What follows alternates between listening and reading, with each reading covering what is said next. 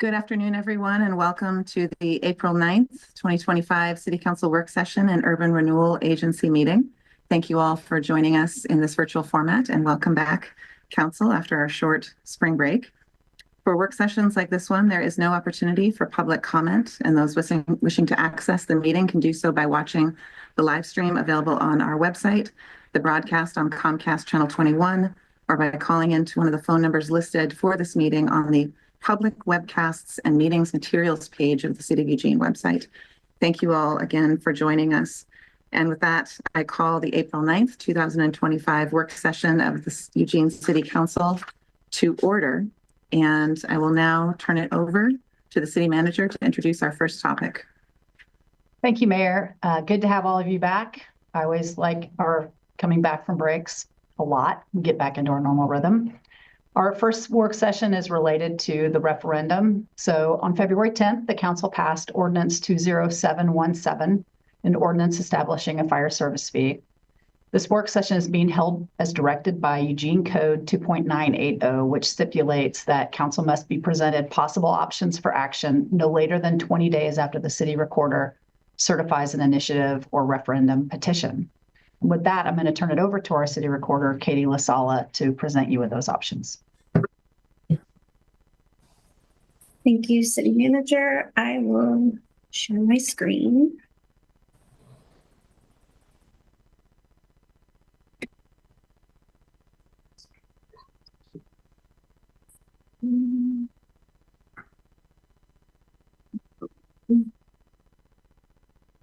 Self-organized.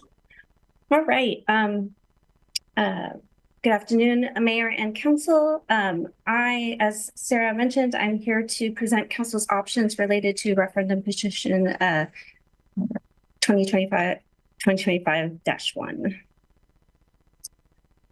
Before we get into options, I will go over a brief timeline related to the referendum petition. So on February 20th, the prospective petition was filed and the chief petitioners were notified of the calculated deadline for signature sheets to be turned in, which was March 13th.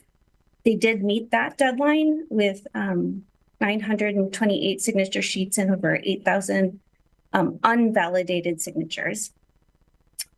After they turn that in, I do my initial reviews and verifications, and then I sent that on to the county to do the signature validation portion, which is outlined in the state's requirements. When they returned that to me, they notified me that their verification checks did result in enough valid signatures for the referendum to qualify to the ballot. And so on March 24th, I did certify the results of the referendum petition. We're here today on the 9th of April to present council their options. And then for awareness, when the referendum petition qualified to the ballot, it qualified to the next regular election date, which is in November. Those options outlined in code for a qualified referendum petition are as follows.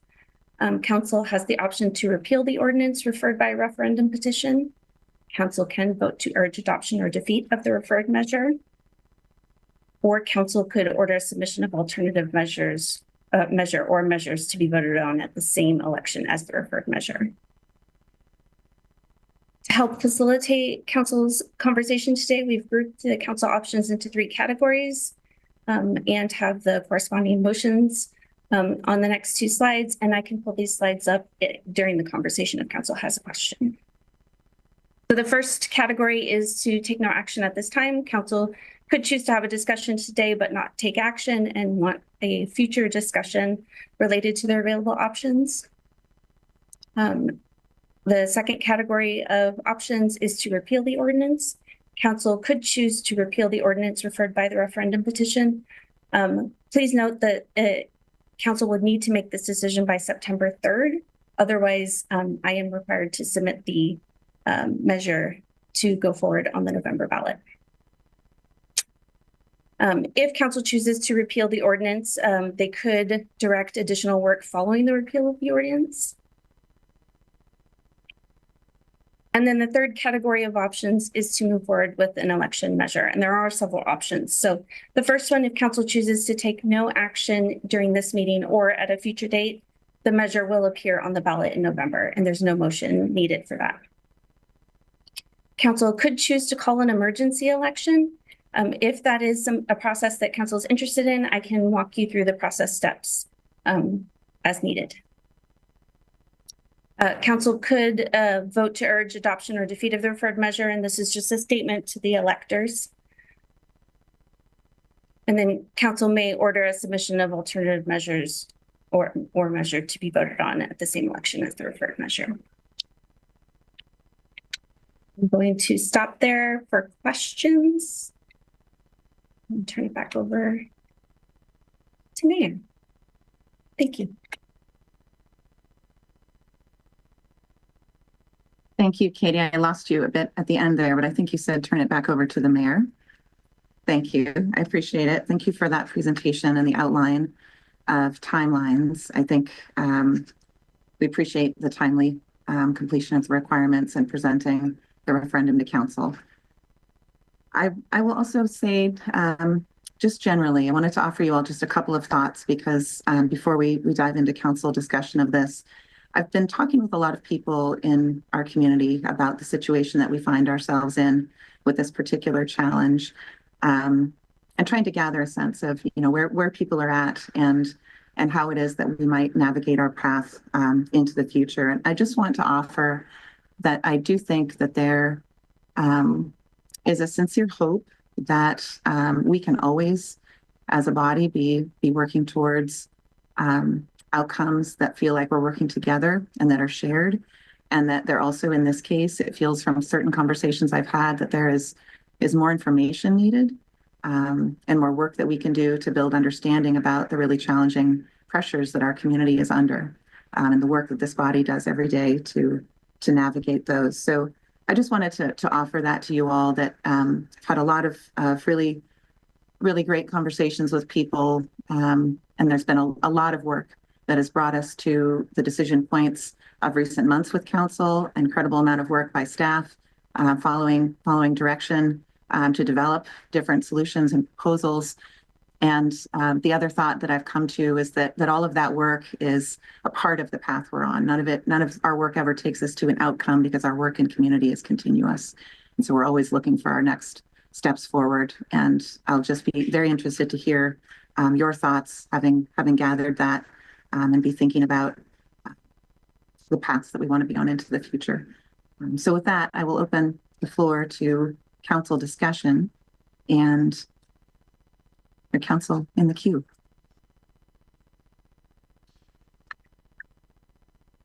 Councilor Ye. Yeah, so I seemed like people were hesitant, so I'll just jump in.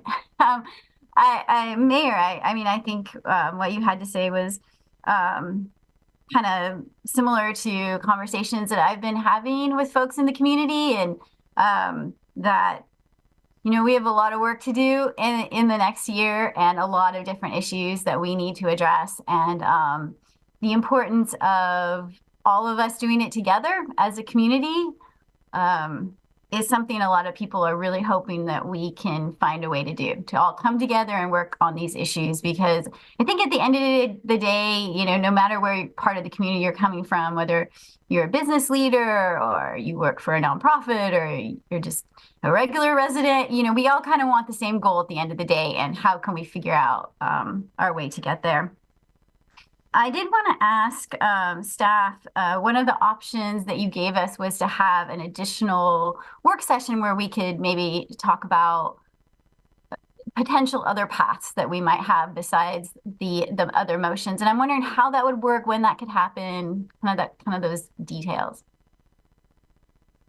Sarah, did you want to speak to this? Yeah, I can jump in on that. We always have an opportunity to bump, you know, a current work session. So if there's something on here that we think could push back, we can always push something back.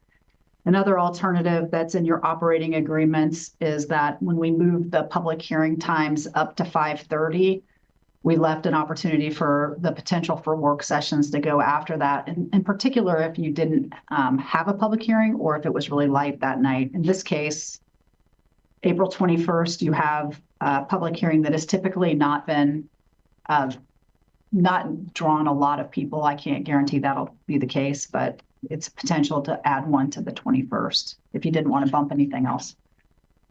Okay, and that would put a public forum in between our discussion today and that additional session. Well, it would, yeah, there would be a public comment period on Monday, the 14th. Okay. Oh, okay, so that's very helpful. I'm kind of thinking that might be something I'm interested in, but I'm going to stop now and hear what other people have to say and then circle back with some more comments. So thank you. Councilor Groves. Thank you, Mayor. And I want to start off by saying I appreciate your opening comments, Mayor. I think we all need to be looking at how do we bring our community together.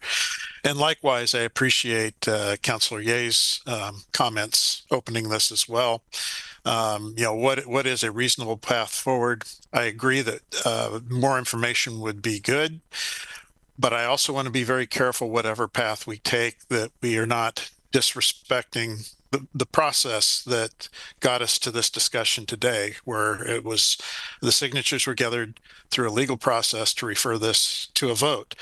Again, at the same time, if there's a way to go forward, I mean, I don't want to see our services significantly reduced either, but at the same time, trying to figure out how we navigate these difficult waters right now. And this is where leadership needs to be taking place. But part of that leadership is listening to our community. And that's going to be extremely important as we move forward, whichever course we take. How do we bring people together rather than causing further divide and polarization? And that's all I have to say for now, Mayor. I'll see where this goes, to see if I want a second round or not. Thank you. Councilor Evans. Yeah, thanks, Mayor. Yeah, I appreciate the options that have been put in front of us right now. I think that we need to have more discussion on this, and that we don't need at this point right now to make any decisions about how we move forward on the referendum or reverse what council did last month as far as the fire fee is concerned. I'll go back to my request for a work session or a retreat for us to have a broader conversation about what our city priorities are and ranking those priorities, and then looking at where we are budget-wise and what we can afford and what we have to do versus what we'd like to do. There are certain, things that we're going to have to look at in terms of different kinds of service deliveries and other pieces of this that could save us some money and some revenue. I don't think it will make up the gap, but we also need to look at other options to either close the gap or to cut the budget in a way that is going to be least harmful to the basic services that we provide as a city, which is police, fire, and public works.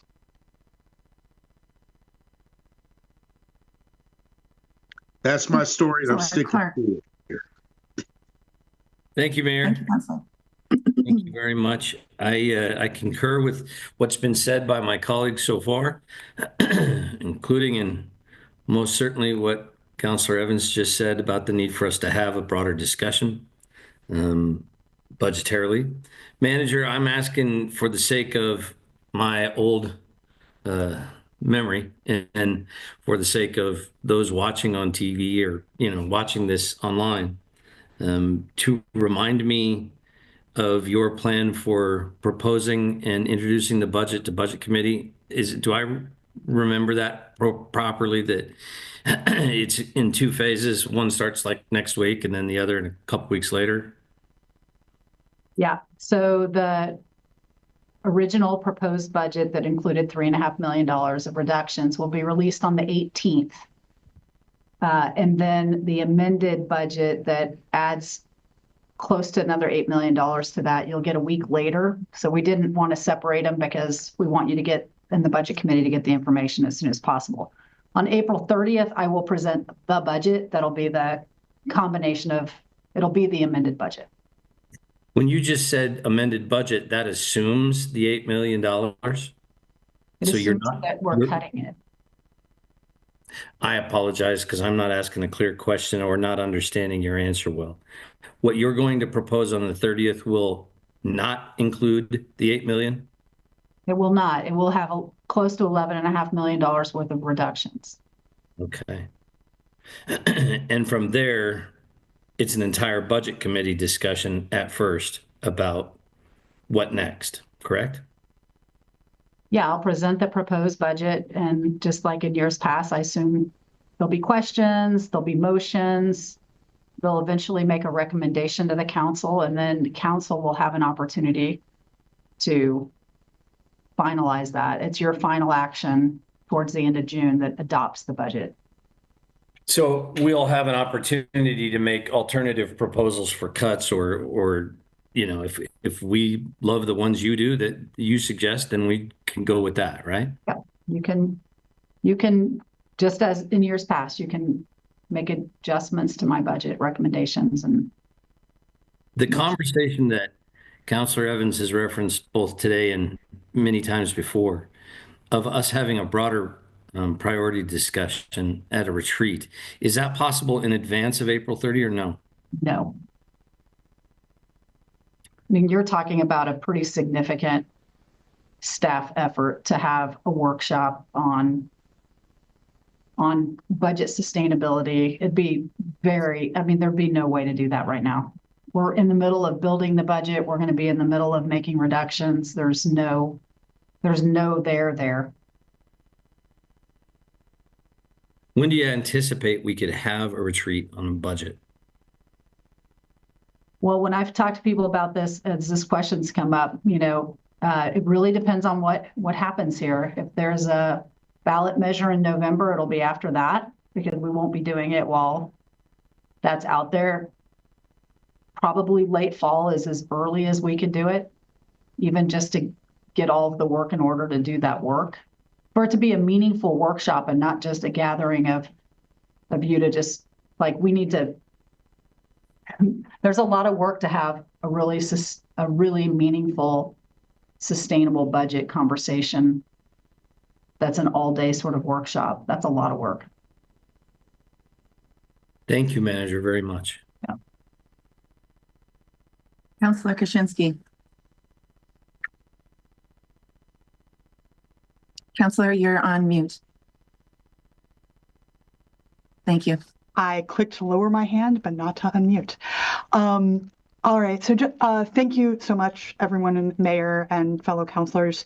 I will say that I agree with Councilor Groves that respecting the process that was gone through regarding the ballot measure is important. You know, I feel like reasonable people can disagree about when something should be decided by council and when something should be decided by the voters. And we have a process for handling that disagreement. And they went through that process. And I feel like replacing something that does not get is you know, disrespectful to the folks who said, hey, we want to vote on this. And we may not want to have those conversations and have in the public. We may be nervous about the outcome of that, but I would be deeply uncomfortable with saying, let's repeal this, let's replace it with something else, and sort of going against that request that the voters made to weigh in on this. I think that it's a risk there, but at the same time, I also think that people in our community care about these services that are going to be cut without this fee, and they should have a chance to say so. Some more logistical questions. City Manager, just to clarify, the budget that we'll get two versions of a budget, one that assumes the fire fee had passed, and then then an additional addendum that removes that funding source. And that's the one we'll be deciding on in May. Yeah, I will be presenting to you a budget that closes the $11.5 million gap. Without the fire fee Yes. there. Okay. And then if the fire fee does pass and does go into effect, we would see a supplemental budget at some point after that that would restore funding for the services that would have been cut in that budget. Yeah, that's the mechanism by which things would happen. Yeah. Okay. So I want to ask some questions regarding timing with that. It sounds like we're not going to have this discussion today, but putting this out there, I would be very much interested in getting some information about the impacts of a November election versus a emergency election and the timing there, because I know, if we're looking at a couple more months of sort of this being out there, that has a lot of impacts, including our ability to have future discussions, including our financial impacts. And so having more information about what that would look like and what the trade-offs there are would be helpful. Thank you. Councillor Keating. Thank you, Mayor. I'm going to take a slightly different approach than my colleagues, Councilors Groves and Kaczynski, in that I interpret just this very conversation today and the opportunity to have public comment on the 14th and another follow-up work session, getting more information on the 21st as part of the process. If there are sticking points that could be collaboratively addressed and a new path forward, a new trajectory, an off-ramp that is not going to be divisive or costly to the tune of hundreds of thousands of dollars, that isn't going to derail council and our community's good work. I want to explore what that option looks like. So I long for more time. I long for moving forward with intentionality. I strongly support adding a work session on the 21st. I long for receiving forecasts so council can better understand the implications around our sustainable budget work. I recognize that no matter what path we move forward with, we're likely not going to be unanimous in that effort, and that's okay.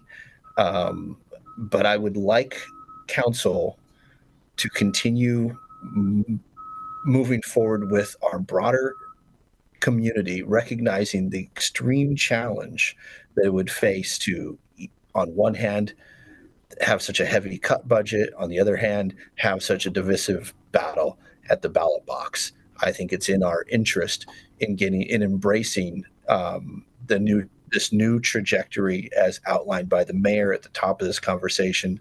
Count me in being a collaborative partner. And I long to hear from the community next Monday. I long to have a follow-up work session to take action on 4/21. Councillor Leach. Thank you, Mayor and Katie, for the presentation and the information. I think that the ordinance as written was our best shot at sustaining our critical services that our city office offers, supporting everyone here in Eugene. And I do think that I'm just really worried that the timing of this is going to cause us to lose a lot of these critical services and make it extremely hard to put it back in place. if the vote goes through. I'm interested in hearing more about what an emergency election would entail, what the cost of that looks like. I am more leaning towards, what Councillor Keating just said, and that if there are pieces that are kind of widely agreed upon that we could change in the ordinance to make it so that the community is just more on board with what we're trying to achieve. I would be interested in looking at what that is. And that's because of this timing piece, and what we would all lose if we didn't put that in place. I'm not saying that I'm against this going to the vote, but in terms of what we have to do, not just this year with our budget process, through our long range planning, through the elections, but also through all of the future. We have many votes coming up for different measures, levies, bonds, payroll tax, and I'm worried that some of these pieces are going to conflict with that. And this is going to be a hard process. So I definitely would like us to see a work session. It sounds like the 21st would be a viable option for that. I'd like us to really dive deep into what are our options, what are a potential alternative. Is there a viable alternative that can be more collaborative? So, that's kind of where I stand. I'm happy to hear that we, generally speaking, are all willing to at least meet again together and take a deeper dive at this. Thank you. Councillor Clark. Thank you, Mayor. I, for one, am always willing to have a discussion and would love to hear more from the public. I made the motion I did on the amendment to put this forward for a May election because it seemed pretty obvious to me we'd be caught in this box. I wish we had done that instead. That said, Catherine, would you do me the favor of reminding me of the box that we're in? In other words, I understand that staff has some limitations about what they can talk about with us and in a public meeting or privately because of the nature of what's on the ballot. But also there are laws that govern a community conversation. I use that term in quotations. If we're all having individual conversations outside the public view, there are laws that govern this. If 5 of us are getting together or 6 of us or what have you, can you give us maybe some good reminders of the guidelines here and the guideposts and the sideboards of what we're both able to do and not able to do legally in conversation and in conversation with staff? I will try. What I think you're asking about are two, they're both part of a world of ethics law. One is the elections law that you're speaking about and the sideboards that are being created as a result of this now being an election measure. It was an election measure from the moment that the chief petitioners filed to collect their signatures, and that is now, and it continues unless and until the ordinance would be repealed. It continues as an election measure. And then the other group of laws I'll talk to about is, I believe you're asking about public meetings law. So first, for the elections law, the city, you all are, as elected officials, can speak about the election measure and advocating for or against it in any way that you would like. Other than your restriction is you can't ask staff to help you have those conversations in however that may look. But as an elected official, you can have this conversation here and express your for or against. You can have that conversation out in the community. Where it gets tricky is when you have questions, substantive questions that you would like our expert staff to be able to help you answer. And what makes it especially complicated is we're in budget times. And Sarah is legally obligated to present a budget to you, and you have finance staff that needs to be able to answer questions about that. And so there will be some questions that implicate this election measure, but that still have to be addressed as part of your entire budget process. So for example, your question regarding will the budget on 430 that's presented presume an increased revenue or not, that has to be able to be asked. That's about your budgeting process. And so that wouldn't be something where I would say elections law. So there are some ways in which we will have to have the conversation just simply around what will this budget look like and what is being proposed. What the most important for you and the questions that are being asked, it is how is it asked in a way that is either for or against the election measure, or is it simply information for you as the city council to adopt a budget? Those are very different things. It's gray, and I'm sorry I can't be clearer about that. It's one of those where I want you all to be able to have and get the information you need, and then if I see it going in a place that puts our staff at risk of an election measures, that's when you'll see me kind of step in and say, this is, we need to make sure that we're staying in line while also getting you your budget information. Public meetings law, you cannot, as a body, either collectively, which have a meeting with 5 of you, that's a quorum, you can't, or serially.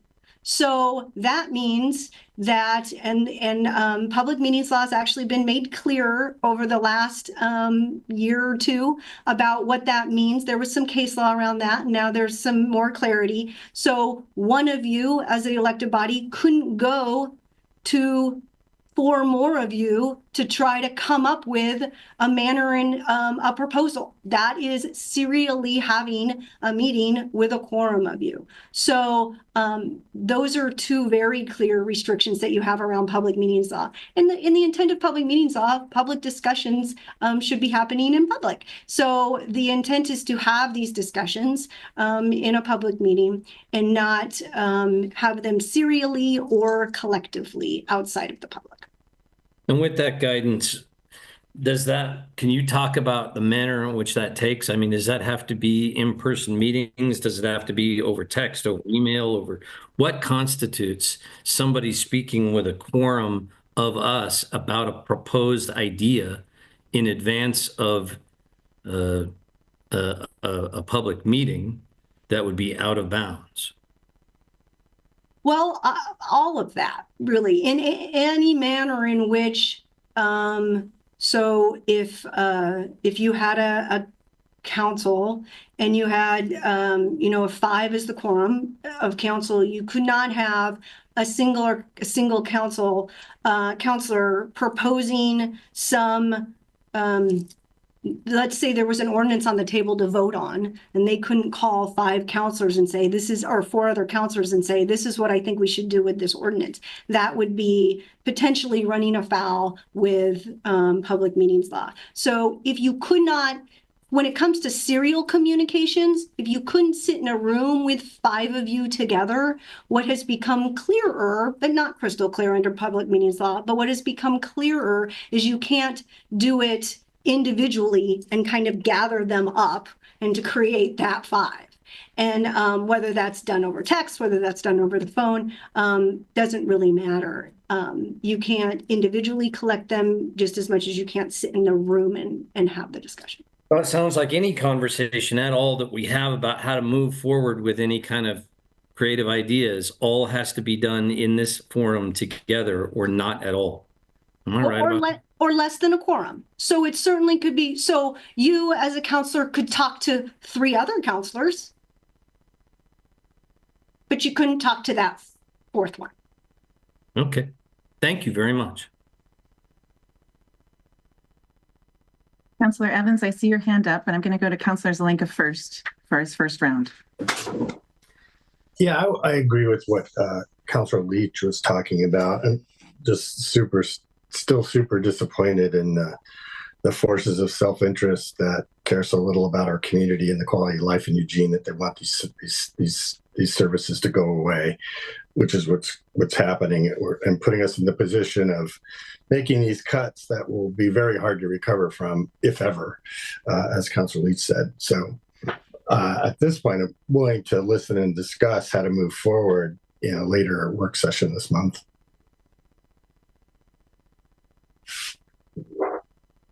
Thank you. And Councillor Evans, back to you.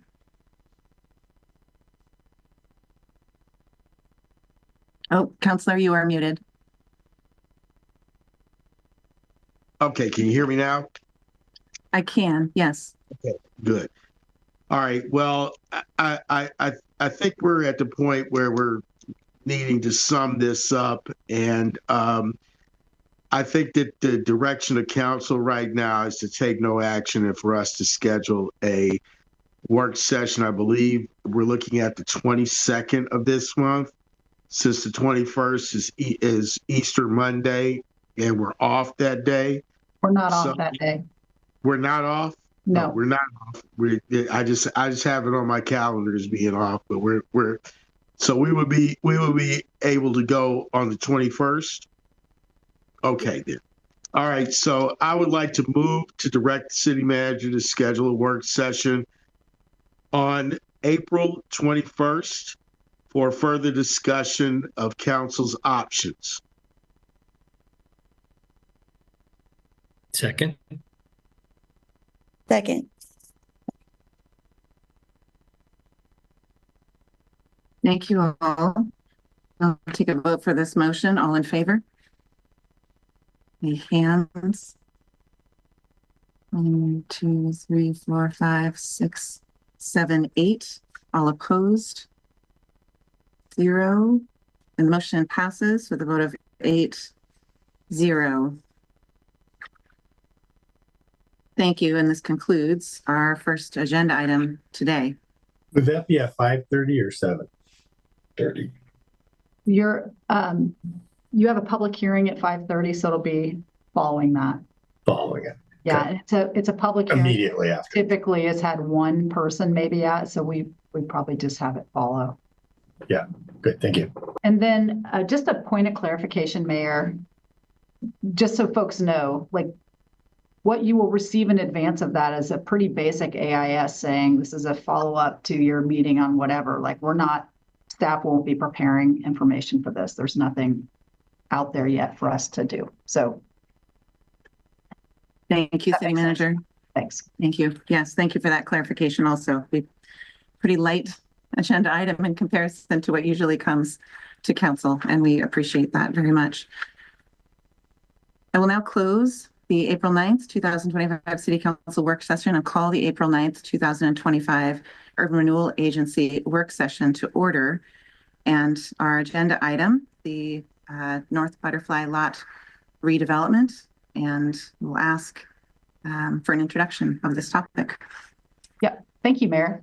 Joined today by community development staff that are going to introduce a proposed disposition process for the development of the North Butterfly Lot as part of our downtown core housing initiative. So I'm joined by Ann Fifield and Eric Brown, who are going to share in their information and process. I'll turn it over to Ann. Eric's going to start the PowerPoint. Well, good afternoon, Mayor and councilors. It's a pleasure to be here with you all. I'm Ann Fifield, the Economic Development Manager in the Community Development Division, and I'm here today with Eric Brown, the Downtown Manager, to talk about the Downtown Core Housing Initiative, which is our approach to supporting the creation of more housing in the heart of downtown. Through multiple policy documents shown on this slide, City Council has made it clear that Eugene should have a safe and welcoming downtown with plenty of housing. Also, through the community outreach in the downtown priorities and projects efforts in 2022, housing emerged as one of the biggest opportunities to revitalize downtown. Housing will increase the level of activity on our streets at all times of the day, all days of the week, supporting economic activity and a positive social environment. Supporting housing downtown is a cross-cutting strategy to address some of our community's most pressing challenges. By amending the 2 urban renewal plans and taking action to approve programs, you all have laid the foundation for staff to begin implementing the Downtown Core Housing Initiative, which is a multi-pronged approach to encourage new housing in the downtown. The initiative includes three elements. The first is downtown fee assistance, which uses urban renewal funds to cover the cost of SDCs and permit fees for eligible housing developments. You all approved the program last May. Accelerated MUFTI offers a 10-year property tax exemption for taxable value associated with new construction for eligible housing developments. Like the regular MUFTI, the property continues to pay taxes on the land, but the accelerated program also keeps all the same public benefit criteria as our regular MUFTI, including things like the project design review, green building requirement, among the others. But it offers a streamlined process that reduces the application period from 6 months to 2 months. As City Council, you all approved that program last October. Both of these programs are now up and running. The third prong of the Downtown Core Housing Initiative is property acquisition and disposition. And we are here that's why we're here today. I'm going to hand it over to Eric, who will describe our proposed disposition process and also ask for direction for the parcel known as the North Butterfly Lot, which lies at Oak and 7th. I'll hand it over to Eric now. Thank you. Thanks, Anne. As Anne mentioned, we're here today to discuss a proposed disposition process for the North Butterfly Lot, the gravel parking lot just to the north of the Farmers Market Pavilion and Plaza. This is a strategic location to prioritize under the Downtown Core Housing Initiative. And to explain why, I want to talk a little bit about the surrounding area. I thought it would be useful to remind us all what this part of downtown used to look like. Just a few years ago,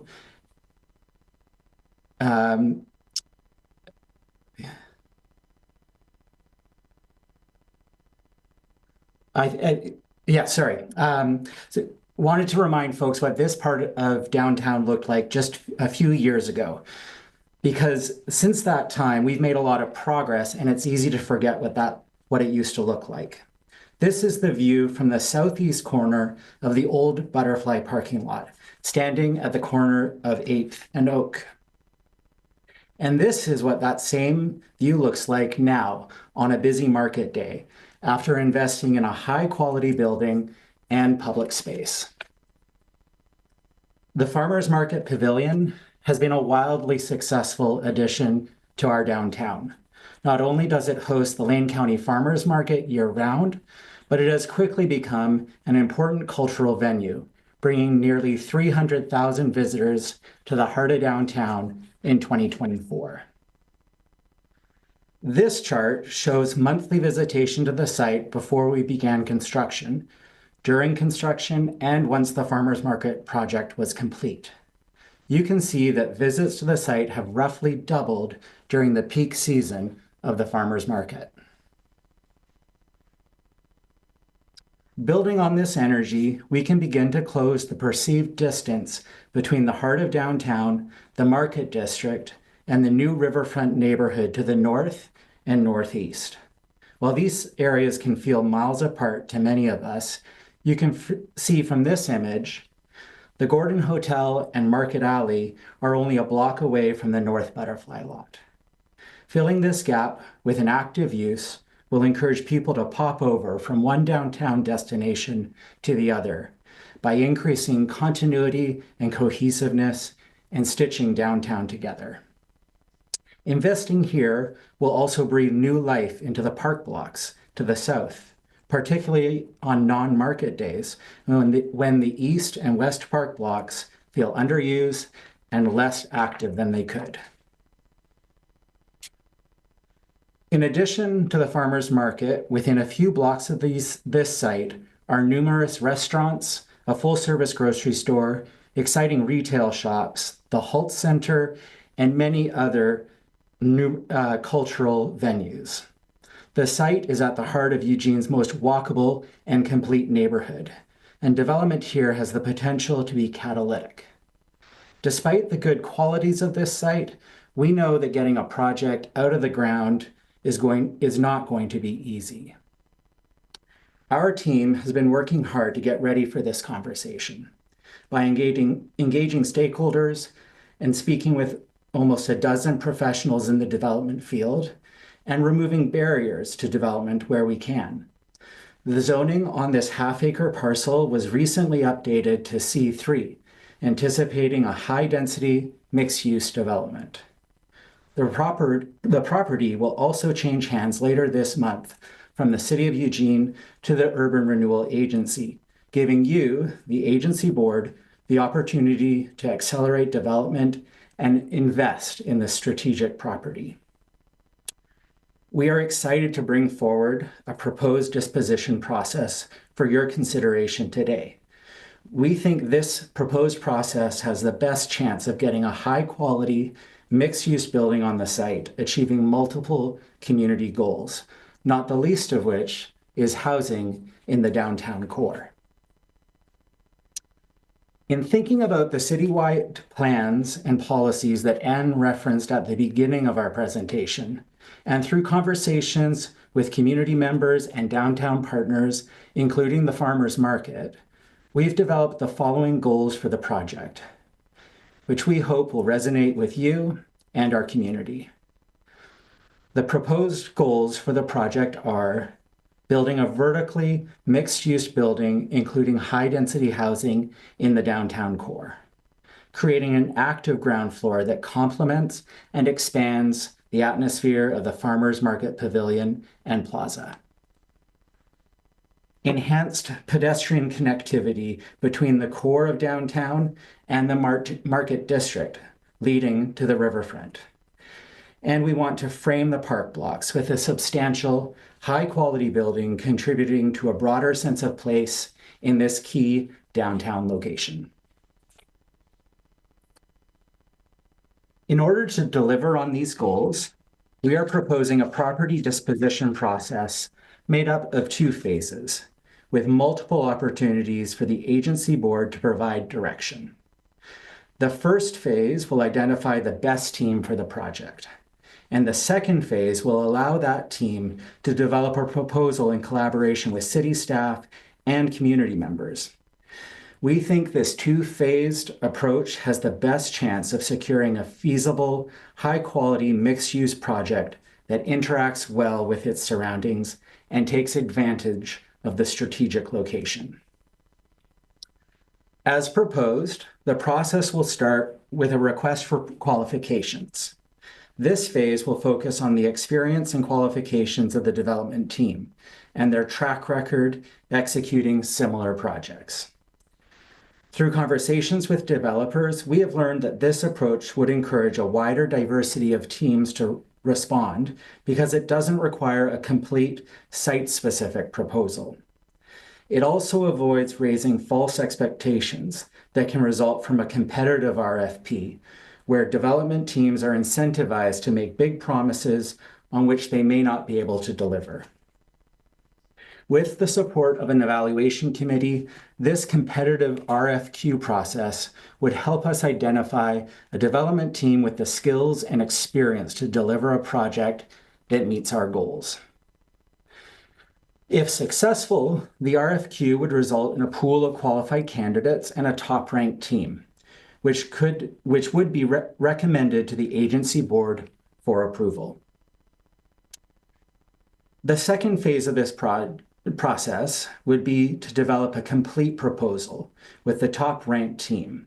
The proposal development phase would include identifying the number and type of residential units, the ground floor uses, any affordability standards, green building practices, parking, and more. This phase of the process would include a budget for analysis, feasibility studies, the development of visuals, and community engagement, allowing the selected team to hone their ideas in partnership with staff and the community. This phase of the process will support a well-thought-out proposal that is both reflective of community goals and financially feasible. When ready, the proposal would inform deal points, which would need to be approved by you, the agency board, before a disposition and development agreement could move forward. Just as a reminder, the RFQ process will focus on the experience and qualifications of the team and their track record executing similar projects. And the proposal development phase will give staff, community members, and the development team time to sort out the details of the proposal, including any community benefits beyond housing and the necessary government support to make that project pencil. If you approve this process today, the timeline could look a little like this: launching the RFQ in May, reviewing the submissions in late summer, and hoping to come back with a qualified pool and recommended team in the fall of this year. Just a reminder what this site looks like today. With any luck, we can build on the success of the Farmers Market Pavilion and bring more housing to our downtown in this strategic location, supporting our vision for a downtown that is full of people. With that, I'll turn it over to you for questions and to consider the agency director's recommendation of an RFQ process using criteria that are generally consistent with those included in Attachment A of your board packet. Thank you. Thank you, Eric and City Manager. Councilor Keating. Thank you, Mayor. I want to underscore and appreciate my or staff's recommendation and underscore my bold and italicized my strong support for the recommendation. I also would like to just take a point of personal privilege and mention that at that Farmers Market Pavilion space this Sunday, in advance of Earth Day, there's a Reimagine Earth Day event that is sponsored in part by the City of Eugene's Cultural Services Downtown Program Fund with additional support from the Lane Council of Government, LCOG. And it is poised to be a dynamic day of learning, engagement, and how we as a community can take meaningful steps toward a healthier planet. This Sunday, April 13th, at the Farmers Market Pavilion from 2 to 6 p.m.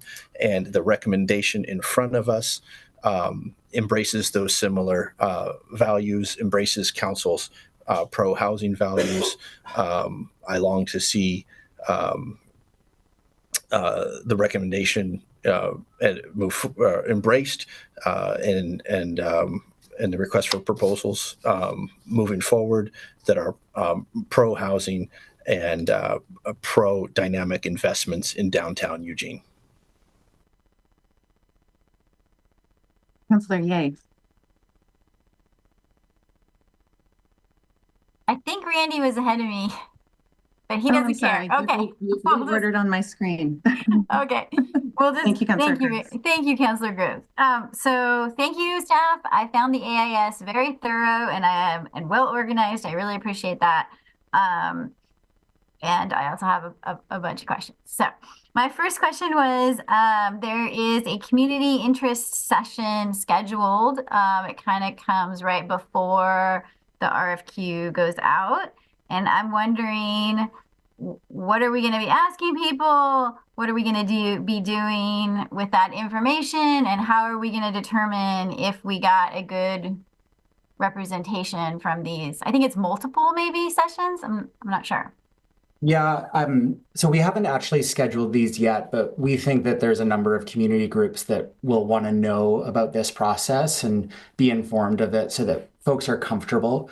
It would be mostly an information share, although there'd be opportunities to receive feedback and input that could then be used later on in the process as we move into evaluating the qualifications of the teams and eventually a proposal phase. So they haven't been scheduled yet, but the idea would be to engage community groups. Okay, so information, but also potentially affect so if there's information that comes out of these sessions, those are going to come back to us to affect the criteria? Is that what I'm hearing? I wouldn't. We're setting the criteria, right? Not you. Yeah, I think the agency board will set the criteria that would be used in the RFQ process. But certainly, as we're evaluating submissions to that process, the agency board could today give us direction to emphasize certain criteria, and we can use that information in a later phase when we're in the proposal. Yeah, I get that we can do that today, but that's before the community interest session. So I'm wondering, how does that feedback filter into this process? Or it doesn't, which is an acceptable answer if that's the real answer. I mean, yeah, people don't like to be pretend asked things. So I just want to make sure we understand. I do think this would be more of an info share. Okay. I think, I think this would be more of an info share with community groups, but certainly there's room. It's not, if we hear something very strongly in the community, then we're going to want to make sure that we bring something forward that is going to meet those expectations. Okay, great. So pet peeve in mind, I want to be very clear when we're asking people for feedback that can actually affect something and when we're not doing that. And so thank you. That's very helpful. Okay, second part. So one of the criteria was to demonstrate a commitment to using minority-owned businesses. And I'm wondering, is this determined by their past projects or just them saying, we're going to do it? I might ask Amanda D'Souza or Ann Fifield to weigh in on this one, because it's a criteria that we've used with other incentive programs. Yeah. Hi, Councilor Ye. Amanda D'Souza, Development Programs Manager. And you were spot on that it's evaluating that they've demonstrated past use of minority women business. Like that's how the scores are attributed. That's fantastic. Okay, thank you. And then lastly, there's like a element about community benefit, and I'm wondering, how do we determine, like, how would we help someone figure out what to do in that area? I mean, is that today? Is like we need to give you that today? Is that predetermined somewhere? How would they know what a community benefit that we're looking for? I'm pausing just for a sec to think about the process. Okay. Yeah, I think certainly whatever we hear today from the agency board will inform how we move forward with this process. If we hear that certain aspects of the project need to be emphasized, or certain criteria or elements of a vision statement need to be emphasized, then that can be integrated into the process. So we're all ears and listening. Okay, so we really need to figure kind of this out today, is what I'm hearing. Okay. Very last question. Are we assuming this project is going to be a rent situation, or is there a possibility it could be an owner-occupied project? I think in all likelihood, it will be a rental situation. State law around condos and liability makes it pretty near impossible to get condo or ownership apartment buildings out of the ground. Okay. I'll just quickly weigh in. To date, we've been agnostic on that topic. Okay. Whatever people come up with. Someone, like, what kind of folks, what things people would bring forward, what would we react to? Okay. So I will say I like this process that you guys have come up with, the idea of concentrating on finding the right group to do the project and then figuring out what the project actually is, I think makes a lot of sense. I agree that this is a really important piece of property that we have available for us, and that we should take it seriously what we want there. And I'm going to think a little bit more about some of those criteria items and listen to my colleagues think. So thank you. Councilor Groves. Thank you, Mayor. And thank you very much for the presentation. I think this is exciting if we can get it off the ground. I also want to give a shout out to Councilor Ye for bringing up the whole piece about participation, and it needs to be real. That's a complaint I frequently hear in our community. And when we have ask people for their opinions. We need to be legitimate about how we encourage that and take that. With that said, I'd like to move on to some specific questions. With 16,000 structures being destroyed in the 2 Los Angeles fires, the hurricane destroying properties in the southeast, tornadoes in our destroying buildings in our Midwest, and flooding in the south, southeast, and even further north. What is this going to be doing to construction costs? What's it going to do to material supply? And are there things that we as a city can do to help secure the materials needed and the labor needed to actually get the job done? Yeah, I mean, there's significant headwinds in terms of material costs and financing. Anne, I might ask you if you have any ideas about what we might do around materials specifically. Nothing is coming to mind for me.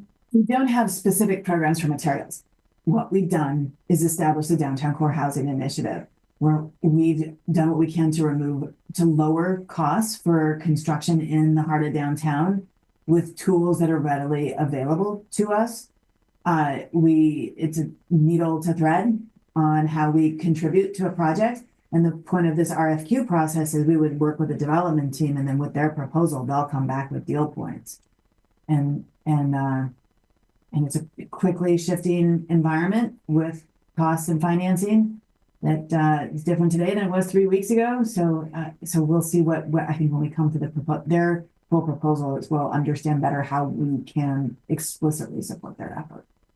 Well, another question I have around materials is, are we able to work with developers to find a place, especially in our downtown, where there's no room to put materials right beside the building like we have in a lot of other places, where we can have a secure area where they can stage the materials off-site, but they can be readily transported on-site as they need them? I know that that's a problem that I've heard developers talk about. I've heard that described around 1059 Willamette and some of the challenges there. It just seems like these are some areas that we might be able to help with a fenced-in, secure, alarmed place where they can stage materials. But whatever we can do to help these projects to be realized, I think is really important. Otherwise, they're just great ideas. That's an interesting concept that we should look into. It is definitely storing your stuff. I think 1059 Willamette, I don't think we could have picked a more difficult site. And so this one will be very, very difficult along 2 very, very busy roads with no vacant parcel next door to store their stuff. And so I think if we could poke around and figure out a way to maybe use some underutilized empty lot nearby for that purpose. I've been thinking that as I move around in our downtown, and you don't have to go very far to find some open spaces. But it just seems like whatever we can come up with that really helps us understand the problems. I spent some time walking around downtown. It's probably been a year ago now with a local developer, and tried to learn to see the challenges through their eyes. And I think that was helpful to me to really understand some of these issues that they're confronting. And if we can do some of this work, not only will it help them build, because their fear is they're going to have workers that they're paying hourly wages to standing around with no materials to work with, and or the workers leave the site because there's no work for them to do. And I'm running out of time. I may ask for a second round, but those are some things I'm interested in. Thank you, Mayor. Councilor Leach. Thank you, Mayor. I'm super supportive of this process. Thank you, Eric, for the presentation and the information. I'm really excited to see what comes of this. So my question is kind of around the topic of that community input. One thing that's become very clear, especially as we are going through this budgeting process and fee process, is that most people don't have a clear understanding of kind of MUPD and these incentive programs, why they're beneficial. A lot of people have kind of a concept that we're just giving tax dollars away, and it's why we're in this like kind of budget conundrum that we're in. And so I just kind of want to put that out there that's in my view, that's not the case. So I guess my question is, what would be built here, or what would happen to this lot if we didn't, create a MUPD assistance or fee assistance? In your projection, do you think that we would be able to see a big building rental property that would pop up? I mean, I would say it's difficult to forecast what would happen in the absence of something, but we've got surface parking lots all over downtown that are not turning over without some concerted effort. And so I think it's likely that the city would face some pressure to pave that and make the parking lot more usable for its existing use. I think, and, in my professional opinion, I think that would be a loss for downtown. I think that's a missed opportunity. And I'll share, when we came to you a little over a year ago when we started this initiative for the downtown core housing. We did some research to find out when things had been built, and we can't find any privately owned housing, like market rate housing, constructed in the downtown without some public assistance since at least 1956. And I couldn't find anything, and I didn't want to spend the rest of my working life looking up down housing construction. And so that's anything built in the heart of downtown has, because it just faces these extra challenges described by Councilor Groves. And so I think if we just parked a for sale sign on the lot and sold it for the highest bidder, I think that it would be low cost and high revenue to put a surface parking lot there. Absolutely. Thank you so much for that answer. It was definitely a leading question, and you answered it perfectly. And we're talking right now, right, about our long-term planning, long-range financial planning. And to me, this is a critical piece of that, in that if we give this assistance in 10 years, we will be, creating millions of dollars of tax revenue for the city that's going to help us. And rather than just this short term, if we just sold the lot and it turned into a parking lot. And so not only am I extremely excited about the prospect of, additional housing downtown, supporting all of the surrounding businesses, this kind of connector into that Fifth Street Market area, walkable neighborhoods, everything about this is just exactly meeting all of our goals. And so I asked that question just because this is a complex conversation. And I remember when you and I had our first conversation about, urban renewal, and you were like, let's start at the basics, because it's not common that an average citizen really knows all of the in-depth information about these things. And so thank you so much for your work. And I'm excited over the next year to see what happens. Councilor Zelenka. Yeah, I guess, Lindsay, to your question about developing without a MUPD, the big tall buildings on Franklin that have been constructed for housing, nearly identical buildings, 2 blocks away. One was built without a MUPD, one was built with the MUPD. Always makes me think, maybe there's no construction happening without MUPDs because there's always the MUPD available. We always get people that say we have to have a MUPD. So, surprise, surprise. Question I had is, how do we prevent what happened with other numerous RFPs for the disposition of city property, where folks submitted proposals and then they didn't follow through with what they did, like Agate and Franklin? That didn't happen. There's numerous other examples of that. Are we going to retain the land ownership? Or are we going to have a clawback if there's no action on a proposal?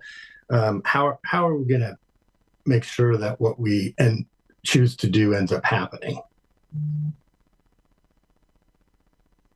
I can jump in, Eric, if you want. Sure, yeah. Go ahead, Amanda. Arrangement about the land would definitely be something that we work on through during the proposals phase and with negotiations with the development team. But having clawback provisions is included in all of the property dispositions we do. So our development agreements set expectations about what needs to happen when construction needs to start, things like that. And so we always build in clawback provisions if those conditions aren't met. Well, that's not correct, because Agate and Franklin is a good example where nothing happened and it's still sitting there with weeds in it and a fence around it, and that was years ago. So I hope we follow through on that. I'm in favor of moving forward with the proposal and making sure that we end up with a good process that allows us to get some good ideas, and then we can move forward with development on this piece of property, because it's a key piece of property in the downtown area. And I'll just add in, using the RFQ process, what we'll do is we'll work with the top team. And if the negotiations fall apart, if they're unable to pull it through, we can turn, it's set up intentionally so that we don't have to open it up for a new process. We can turn to the second top team. Yeah, like if there's no action taken within a year. Or just if they decide they can't do it, which it's similar to how eWeb set up their RFQ process to redevelop the riverfront. They selected a team that decided it wasn't really what they were able to do. And so then they were able to turn to Atkins Payne. Yeah. Thanks. Councillor Clark. Thank you, Mayor, and thank you to staff for the presentation. I think my questions are for Ann and Amanda. I'm not sure, but I think so.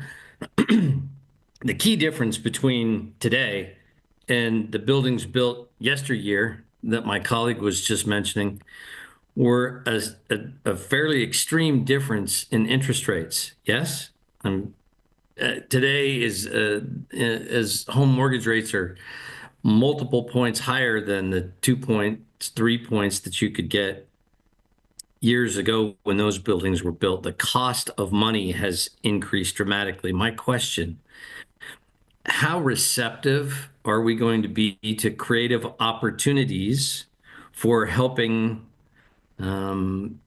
those qualified contractors and developers who would want to have financing help? And I don't mean paying for it, I mean how it gets financed, be part of any kind of proposal.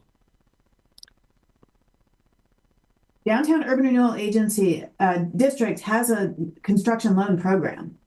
And that's absolutely a tool that would be available on this project. And it offers flexible financing. It's been a very effective tool over many years on getting things out of the ground.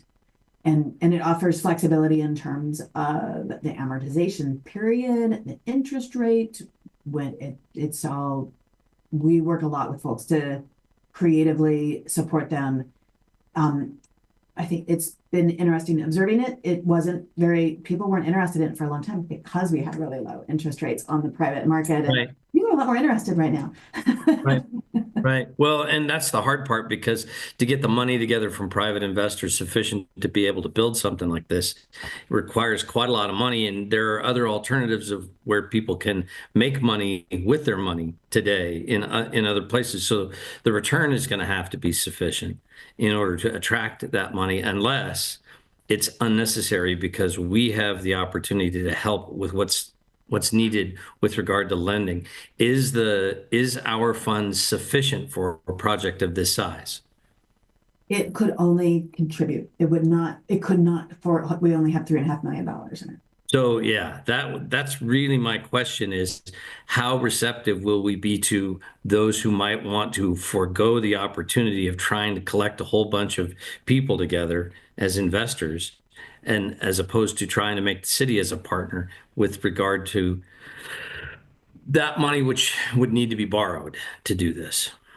I've talked to a lot of developers who look at this and say, yeah, but the cost of money means I got to risk a bunch of people's money, and there's the reward on the backside isn't sufficient because you can't make any money building something downtown, to what Randy was talking about with regard to cost overruns and the potential for what it'll cost to build. I'm wondering about our creativity interest, because of what I've heard, for those developers that might want to say, hey, is the city willing to help us with financing? I can jump in with an answer to that. Will Dowdy, Community Development Director. I think one of the advantages that we have seen, one of the things that has pushed us towards recommending this RFQ first and then a proposal, is because we think it's going to be particularly challenging for a project. The project that we want, the project that we think is appropriate to this location, to put that in today's economic context, construction context, is going to be challenged. And so we would rather, if we led with just proposals, it's going to be difficult for someone to propose outside the box solutions or work through outside the box solutions with us. And so the opportunity to find the right team, to look for a team that's got a good track record, a team that has maybe used some creative solutions in the past, we can get them the confidence that they can be in the position to work with us. And then we can run through ideas. And we can run through 5 bad ideas with them, explore those, and then find that 6th idea, which is the one that we are all looking for. So I think we're very receptive. It's going to be hard for us to anticipate exactly what would work for them or work for us. And I would assume we're anticipating market rate proposals, correct? Eric, do you want to speak to that? Yeah, we've been, again, sort of agnostic at this juncture. We want to get the RFQ out, see what teams are interested in the site and what qualifications and experience they bring to the table, and then work out in the proposal phase what kind of affordability standards. I think the one big thing to keep in mind is that the accelerated MUPD, which this site would qualify for, has a number of community benefits associated with it that are mandatory as part of that program. So if a development team, as they're working through their proposal, identifies that incentive, they will necessarily need to meet those community benefit criteria. Thank you very much. Councillor Ye. Yeah, I was trying to look through my AIS really quick, but maybe you can just tell me, how much have we put towards this do we have a number for this project that we're willing to contribute? We haven't identified any specific resources for the project itself. Oh. We are waiting to identify those resources during the proposal phase. Okay, so depending upon what the project public benefits, we would be in a position to offer more support or less support, depending on how awesome something in it was that we wanted to make sure happened. Yeah, we're gonna have to pay for the awesome potentially. I am all there for paying for the awesome, to be perfectly honest. I think this is kind of like one of those things that when it's gone, and then you're like, why didn't we just put an extra money in to have something we really want to have for the next 50 years, right? I would really hate to have a, very pretty, but essentially apartment complex with retail on the first floor. To me, that's like, okay, fine, but that's not awesome, right? That's just standard. Like, that's the base. We should have a nice thing that looks nice. I don't have the answer to what the community benefit would be. I feel like the community knows that better. Maybe this is a city partnership, that's something we need downtown. Maybe the farmers market has something. I really hope that as we're working with whoever it is that ends up being the person that we choose, there'll be some really hard look at what could we put money towards that we'll be really glad to have, 10, 20, 30 years down the road.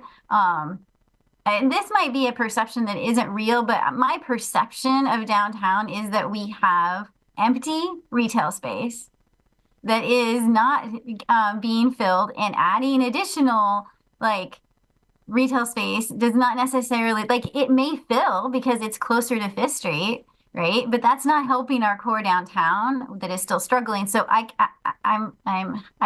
don't want to see a run of the mill thing there if we can at all make it something special. So that is my somewhat vague and not 100% hopeful feedback, but I just wanted to share that with you as we're working through this to, I really look for that awesome and see if we can't get that here. I think we've been able to find it in other places. So I'm sure we have it in us.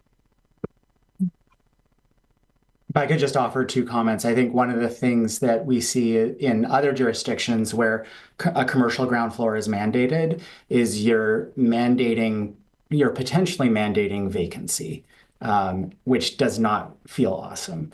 We want an active ground floor that feels vibrant, whether it's retail or something else. And then the other thing I'm thinking about is identifying what it is that I'm trying not to say awesome again, what it is that's going to be the community benefit. That could definitely be worked into the proposal phase, and making sure that there is representation of different stakeholder groups during the proposal phase. So, yeah, that's fantastic, Eric. Thank you. Great, thank you. Councilor, this discussing Councilor Evans, I see your hand up and also was about to offer us a time check because we have a motion to also put forward, but discussion first. Yeah, actually, Mayor, I was going to put the motion on the table. Perfect, thank you. If we're done with discussion at this point. Yes, we are concluded with discussion. Thank you, Council, for all of that feedback to staff. Now turn to the agency president to put a motion on the table. Move to use the use of an RFQ process and criteria for disposition of the North Butterfly lot in attachment A. Second. Any further discussion from the agency? Seeing none, I'll now take a vote for this motion. All in favor? 1, 2, 3, 4, 5, 6, 7, 8. Thank you. All opposed? 0. And this motion passes with a vote of 8-0. Thank you all very much. And thank you for this meeting today. I will now close the April 9th, 2025 work session of the Urban Renewal Agency. We are adjourned. Thank you all.